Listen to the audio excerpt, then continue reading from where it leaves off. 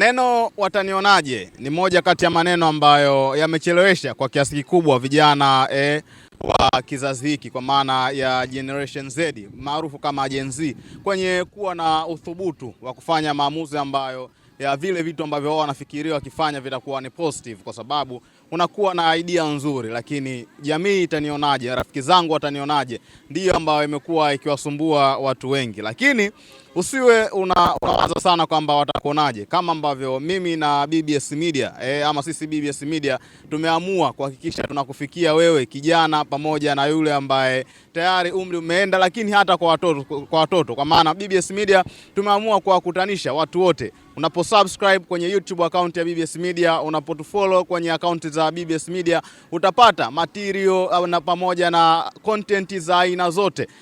Na leo muda huu ni muda wa Spotfire. Kama ilivyo kawaida bwana, hii ni sehemu ambayo tunapitishana kwenye habari za kimichezo, dondoo zile tunapitishana nazo, ili kwa yale ambayo yanatarajia kujiri na yale ambayo yalikwisha jiri kwa siku za nyuma ama muda mchache kabla ya kuanza kwa Spotfire. Na story kubwa bwana ambayo tunao leo ni mchezo wa ligi kuu soka Tanzania bara. Michezo miwili leo hii ikiwa inatarajia kutimua vumbi, kwa maana mchezo wa mapema kabisa utakuwa ni mchezo wa Mashujaa dhidi Kagera Sugar, kwa maana wazee wa mapigo na mwendo watakuwa nyumbani pale Lake Tanganyika Stadium, kwa maana kule mkoani Kigoma. Kagera Sugar mchezo wao wa mwisho walipoteza kwa idadi kubwa ya mabao 6-2 dhidi ya Geita Gold. Leo hii nafasi nyingine ya kujiuliza kwa mwalimu Juma Kaseja, ni nini ataenda kuonesha kwa Watanganyika. Mimi na wewe tunasubiri kuona, je, yale ambayo yalitokea kwenye mchezo dhidi ya Geita Gold yatakuwa yamefanyiwa kazi.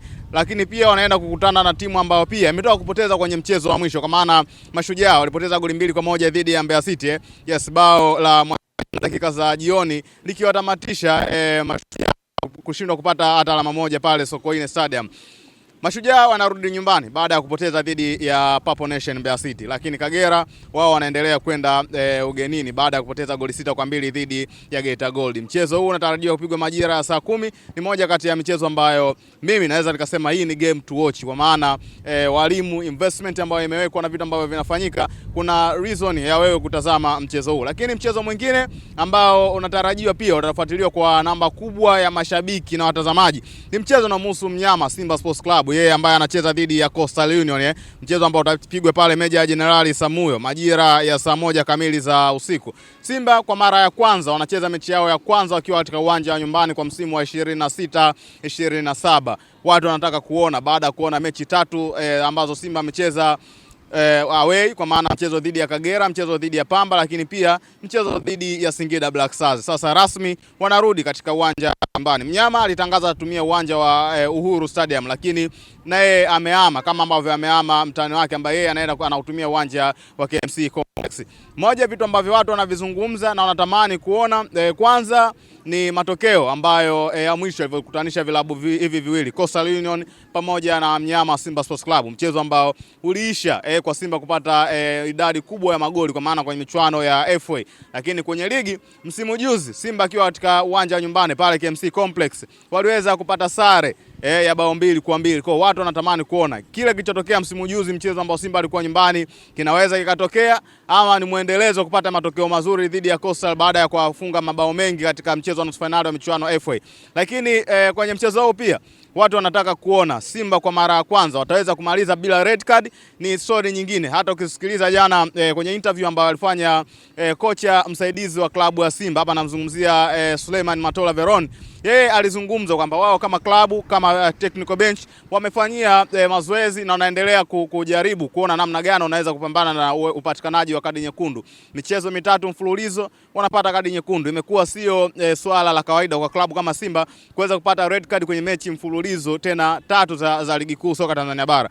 Mimi naitwa The Real Abdul Farid Garincha, lakini kwenye anga kimataifa bwana, tunaenda kutazama katika michuano ya Sekafa ambayo inaendelea kule upande wa wanawake, na hapa tukumbuke kwamba bingwa atakayekuwa bingwa wa michuano hii yeye ataenda kushiriki michuano ya klabu bingwa ya wanawake, atakuwa ndo mwakilishi wa ukanda huu wa Sekafa.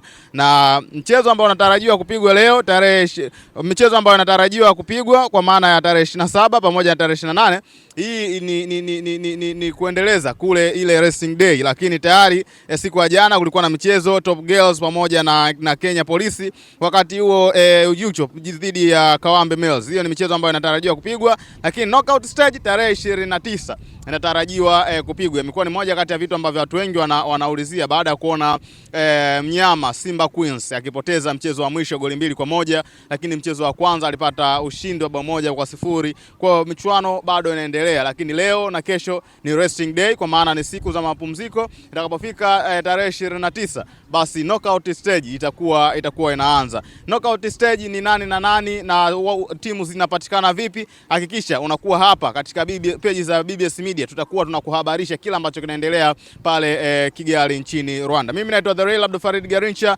Roger Mo akiwa nyuma ya kamera kuhakikisha unapata picha pamoja na sauti ambayo ipo katika ubora wa hali ya juu. Hakikisha unatufuata katika mitandao ya kijamii kwa maana Facebook, Twitter, Instagram pamoja na TikTok kwa jina la BBS Media. Lakini YouTube pia tunapatikana kwa jina la BBS Media. Mpaka safari nyingine, ciao.